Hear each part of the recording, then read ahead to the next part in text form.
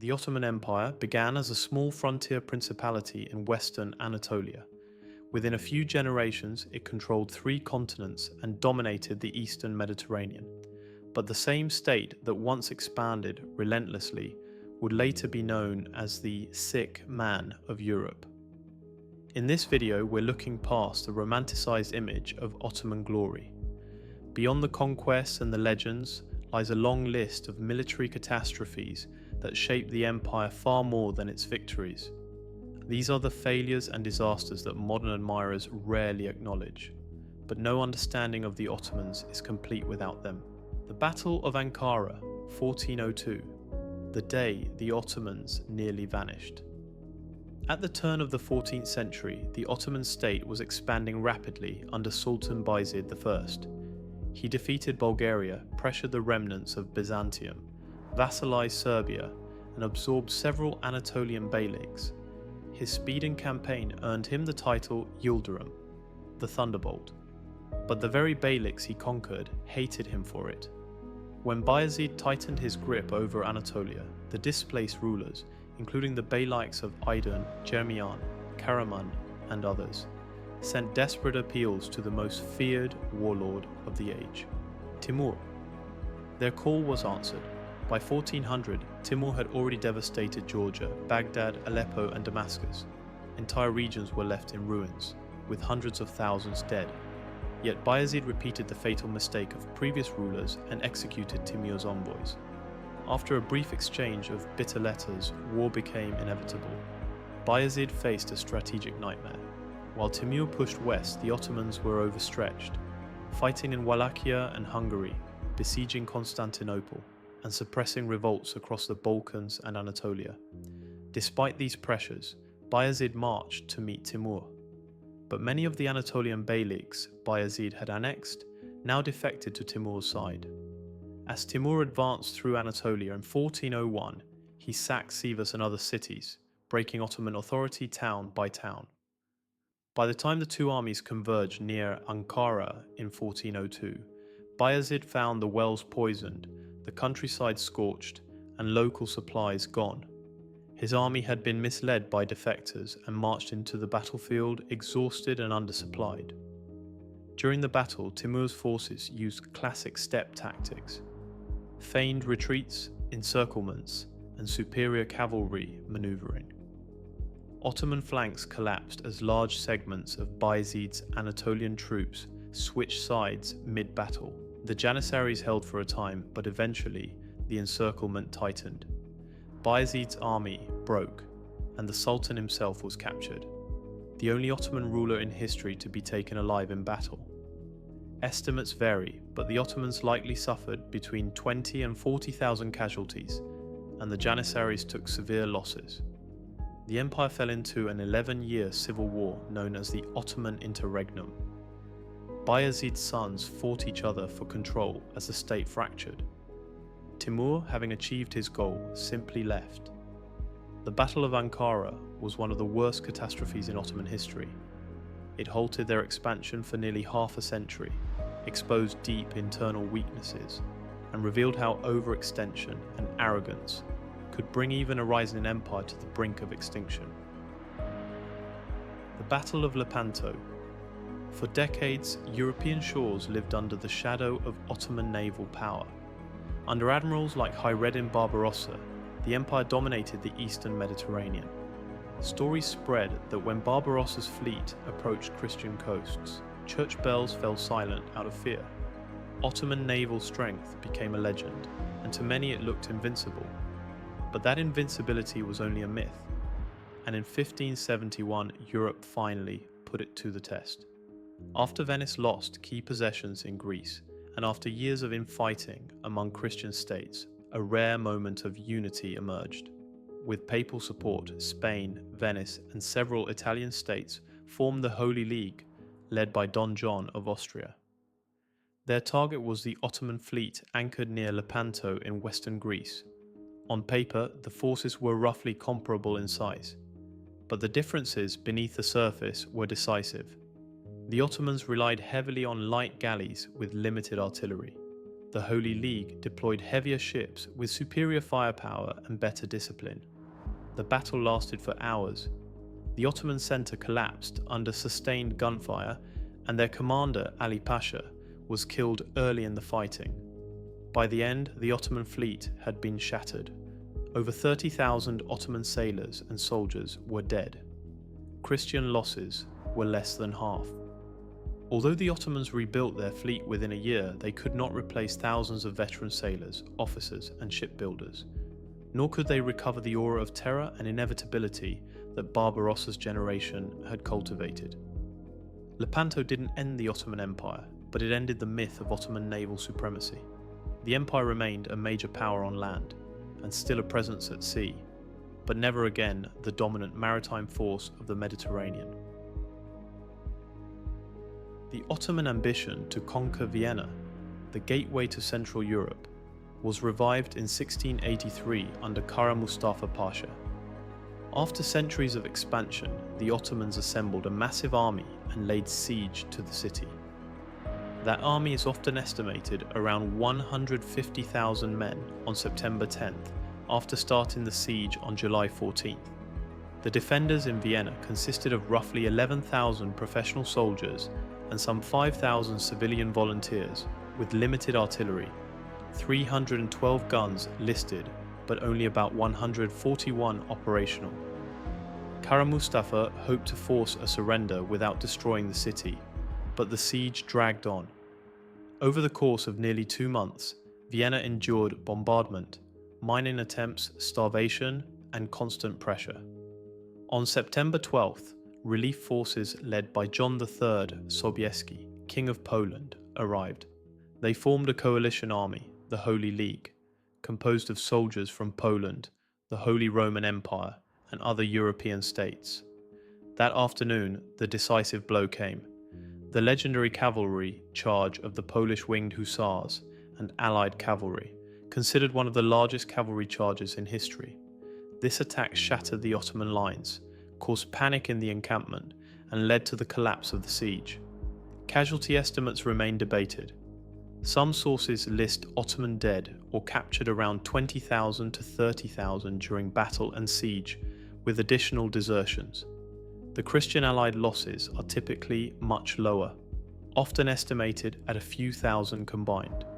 The defeat at Vienna was catastrophic for the Ottomans. It ended their westward expansion, shattered their reputation of invincibility, and triggered the long conflict known as the Great Turkish War. Over the following decades, the empire lost large territories in Hungary and effectively stopped threatening Central Europe. Kara Mustafa Pasha, blamed for the failure, was executed later that year on the Sultan's orders. Vienna stood. The Ottoman Empire survived, but it never recovered its status as a dominant European power. After the catastrophe at Vienna in 1683, the Ottomans were pulled into a long and exhausting conflict known as the Great Turkish War. Years of defeats, retreats, and heavy economic strain were already taking their toll. Administrative decay and leadership failures deepened the crisis. In an attempt to reverse the empire's fortunes, Sultan Mustafa II personally marched his army toward Transylvania, hoping that a decisive victory would force Austria to negotiate. In September 1697, the Ottoman army reached the Tisa River near the town of Zenta. What followed was one of the most poorly executed river crossings in military history. The Ottomans crowded tens of thousands of soldiers onto the riverbank, began constructing pontoon bridges without proper protection, positioned their artillery badly, and posted no effective cavalry screens.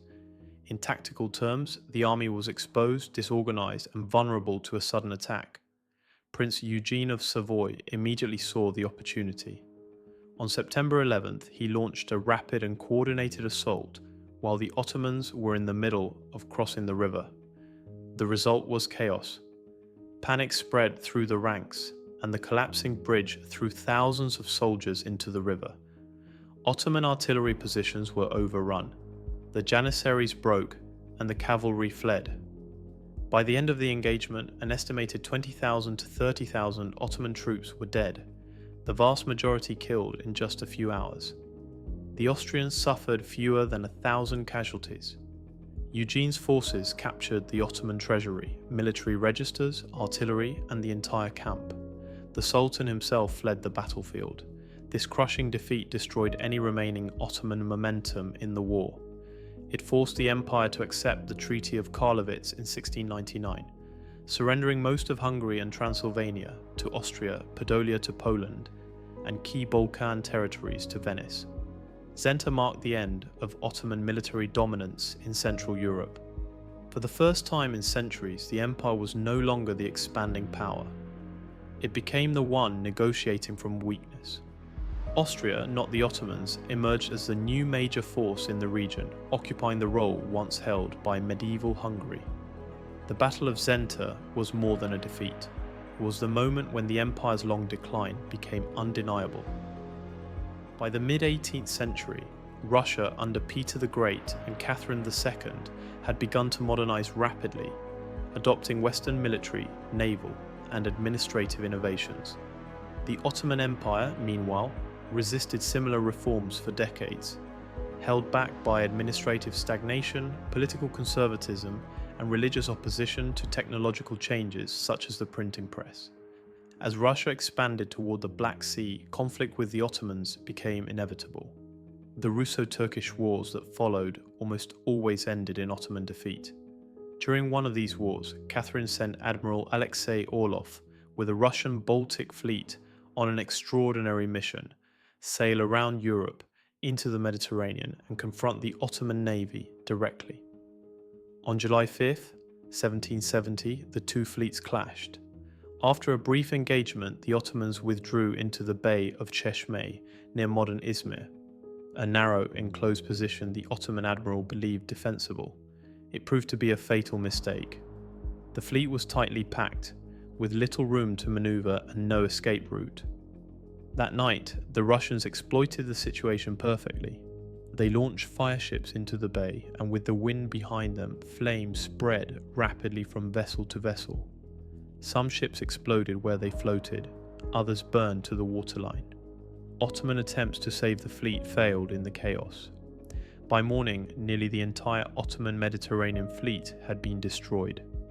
Estimates list 11 ships of the line, 6 frigates, and over 24 smaller vessels lost, along with thousands of sailors, dockyards, supplies, and coastal fortifications consumed by fire. Russian losses were effectively negligible: 1 fireship. The strategic consequences were immense. Russia emerged as a naval power in the Aegean. The Ottomans could no longer suppress Greek island revolts supported by Russia. And unlike replacing soldiers, rebuilding a navy is slow and expensive. Ships take years to construct, sailors take years to train, and naval traditions take generations to cultivate. All were lost in a single night. In the aftermath, the Ottoman naval commander was executed, and the empire was thrown into renewed internal conflict over modernization, blame, and the growing realization that the empire's military system was no longer capable of matching its rivals. For centuries, the Janissary Corps formed the backbone of Ottoman military power. Recruited through the Devshirme system, boys taken as slaves, converted and trained from childhood, they became one of the most feared infantry forces in Europe. But over time, the Janissaries evolved from elite soldiers into a political class. They grew independent of the army, interfered in state affairs, and repeatedly overthrew or intimidated sultans. By the late 18th and early 19th centuries, the Corps had become the single greatest obstacle to reform. They refused modernization, rioted over changes to pay or discipline, and violently opposed any attempt to introduce European-style military practices. The empire was falling behind its rivals, yet its own troops blocked every effort to keep pace. In 1826, Sultan Mahmud II decided the crisis had reached its limit. When he announced plans to form a new, modern, European-style corps, the Janissaries erupted in revolt, setting fires, killing officials, and threatening open rebellion. It was a familiar pattern, but this time Mahmud was prepared. As the Janissaries marched toward the palace, Mahmud ordered the sacred banner of the Prophet unfurled, rallying loyal troops. Artillery was brought into position around the Janissary barracks in Istanbul. Once the rebels were contained, the Sultan gave the order. Ottoman cannons opened fire. The barracks were blasted apart, burning through the night as hundreds of Janissaries died inside. Those who escaped into the streets were hunted down and shot. Others were dragged out and executed. Many who surrendered were exiled, imprisoned, or quietly strangled. Within a single day, a core that had shaped Ottoman history for centuries was annihilated. Estimates of the dead ranged from 4,000 to 10,000, with hundreds more punished in the days that followed. Their property was seized, their records destroyed, and the Janissary court was abolished forever. The event became known as the Auspicious Incident, celebrated in Ottoman records as the empire's first truly effective decision in generations. But its meaning cuts deeper. The only way the Ottomans could modernize was by exterminating their own soldiers, a reform born out of desperation, not confidence. The Auspicious Incident exposed the depth of the empire's structural decay. The Ottomans modernized just enough to survive the short term, but far too late to close the widening gap between themselves and Europe. During the Greek War of Independence, European powers were increasingly alarmed by the Ottoman Empire's brutal suppression of the revolt. By the mid-1820s, the Sultan was heavily dependent on his most powerful vassal, Mehmet Ali Pasha of Egypt, whose modernized fleet and army were doing much of the fighting. Britain, France, and Russia demanded an end to the massacres and called for negotiations. The Ottomans and Egyptians concentrated their combined fleet in Navarino Bay on the southwestern Peloponnese, a narrow enclosed harbour with a single entrance. The ships were packed tightly together, leaving almost no room to manoeuvre. It was a defensive position in theory, but a trap in practice. When the allied British, French, and Russian fleets sailed into the bay to enforce a ceasefire, the situation was already tense. Sources differ on who fired the first shot, but one Ottoman Egyptian vessel reportedly discharged a round during the standoff, a spark that ignited the powder keg. The battle that followed was a massacre. The Allied fleets were better armed, better trained, and perfectly positioned. Their ships blocked the exit and maintained disciplined fire, while the Ottoman Egyptian fleet was confined, poorly coordinated, and burdened with outdated equipment. Many of their vessels carried large stores of explosives, which turned minor hits into catastrophic detonations. Masts collapsed, magazines exploded, and burning ships crashed into one another inside the cramped bay. Russian broadsides smashed hulls apart. British and French bombardments ignited ship after ship. One British officer later wrote that it was the most complete annihilation I have ever witnessed. By sunset, the Ottoman Egyptian fleet had been effectively wiped out. Estimates vary, but the losses were staggering. More than 60 ships destroyed, 4,000 to 6,000 sailors killed, and the entire naval force in Greek waters eliminated. The Allies suffered no ships lost and only minor casualties. The consequences were immediate and immense. Greek independence became inevitable. The Ottomans ceased to be a meaningful maritime power in the Mediterranean. The Sultan, now humiliated and militarily crippled, became even more dependent on Egypt. Mehmet Ali Pasha emerged as the strongest figure in the empire, strong enough that he nearly overthrew the Ottomans entirely in the 1830s. Ironically, the only thing that prevented the Ottoman Empire from collapsing right then was European intervention. The same powers that crushed its fleet at Navarino stepped in later to prevent its total disintegration. In the 19th century, the empire survived less because of its own strength and more because Europe chose to keep it alive. By 1912, the Ottoman Empire was already on life support. The treasury was drained, the political system fractured, and the military outdated. Recent defeats against Russia and Italy had exposed the empire's weakness. Revolts were breaking out in Albania, Macedonia, Arabia, and Libya. And although the Young Turks movement promised reform, internal divisions left the state paralyzed. Meanwhile, the empire's neighbors saw opportunity. Serbia wanted Macedonia, Bulgaria wanted Thrace, Greece wanted Epirus and the Aegean. Even tiny Montenegro sought expansion. These rival ambitions formed a single alliance, the Balkan League. The Ottomans underestimated the coalition. The Balkan states mobilized quickly, coordinated their offensives, and used modern arms with better logistics and higher morale. They were fighting for national liberation. The Ottomans were fighting to delay the inevitable. The main blow came from Bulgaria, fielding more than 300,000 troops. The Bulgarians won decisive victories at Kirklareli, Bunahisar, and Lüleburgaz, the last being the largest European land battle since the Franco-Prussian War of 1870. The Ottoman army in Thrace collapsed and retreated all the way to the Satalka defensive line, just outside Constantinople. In the south, Serbia crushed the Ottomans at Kumanovo, Prilep, and Monastir, capturing Macedonia. Greece seized Thessaloniki, Ioannina, and most of the Aegean islands. The Greek navy dominated the sea, trapping Ottoman reinforcements in Anatolia and preventing any meaningful counteroffensive. Even Montenegro contributed by besieging Ottoman positions in the northwest. The scale of the disaster was staggering. The Ottomans suffered between 125,000 and 150,000 killed, with more than 400,000 wounded, sick, or captured. The Balkan League collectively lost around 55,000. In a matter of months, the empire lost nearly all of its European lands. Macedonia, Kosovo, Albania, most of Thrace, and the entire Aegean dominance were gone.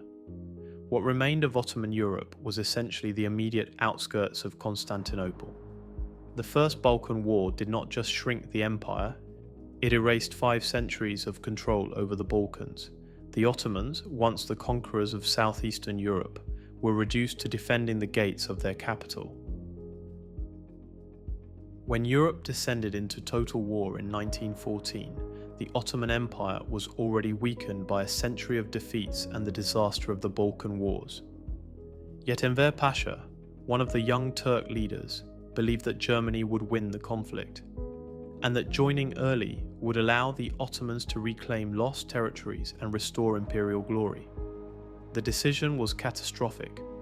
The empire entered the war with an undertrained army, outdated equipment, primitive infrastructure, and deep internal divisions. Desertion rates were high, supplies were scarce, and ethnic tensions were boiling. Enver Pasha's first major move was to strike Russia. Ottoman warships bombarded Russian ports in the Black Sea, and Enver ordered a massive winter offensive towards Sarıkamış. Around 90,000 Ottoman soldiers marched into the frozen mountains of eastern Anatolia without proper winter clothing, adequate food, accurate maps, or reliable logistics. The result was not a battle, it was a slaughter by nature. Between 60,000 and 80,000 Ottoman soldiers died, the overwhelming majority from the cold, disease, and exhaustion rather than combat. Russian forces counterattacked and advanced into eastern Anatolia, and they withdrew only because the Russian Revolution forced their exit from the war. There was, however, one bright spot for the Ottomans: Gallipoli. With strong defensive terrain, shorter supply lines, and the leadership of Mustafa Kemal, one of the few genuinely capable commanders the empire still possessed, the Ottomans repelled the Allied landings in a long, grinding campaign. The victory became a rare moment of national pride in an otherwise bleak war. But Gallipoli was the exception. Elsewhere, the empire collapsed. The Arab revolt erupted in the Hejaz and spread northward. In Mesopotamia, after the early British setback at Kut al-Amara, the British reorganized and captured Baghdad. In the Levant, General Allenby broke the Ottoman lines in a series of decisive victories at Gaza, Beersheba, and Megiddo. In 1917 and 1918, the Ottomans lost Jerusalem, Damascus, Aleppo, and large parts of Syria and Iraq. By the end of the war, the empire was broken. It surrendered in 1918, having lost most of its territory and a significant portion of its population. The occupation of Istanbul and the dismemberment of the empire led directly to the Turkish War of Independence, when that struggle ended in 1922, the centuries-old Ottoman Empire and the caliphate that accompanied it formally ceased to exist. I made this video to show that even the most powerful and successful empires are defined as much by their failures as by their victories. The Ottoman Empire is no exception. What makes it stand out today is not its uniqueness, but the way it is often admired without serious examination. Its disasters minimized, its atrocities overlooked, and its collapse explained away. Like other empires, the Ottomans committed severe acts of violence in the name of survival and control. Even in its final years, during the First World War, the empire carried out mass deportations and killings that culminated in the destruction of entire populations, most notably the Armenians, alongside brutal repression across Arab regions. These events are part of the historical record and cannot be separated from any honest assessment of the empire. History is often distorted by selective memory. Victories are celebrated while defeats are ignored. Kosovo and Mohacs are remembered. Ankara and Vienna are forgotten. Success is framed as destiny or divine favor, while catastrophe is dismissed as bad luck or betrayal. This is not history, it is narrative. The purpose of studying the past is not to praise or condemn blindly, but to understand.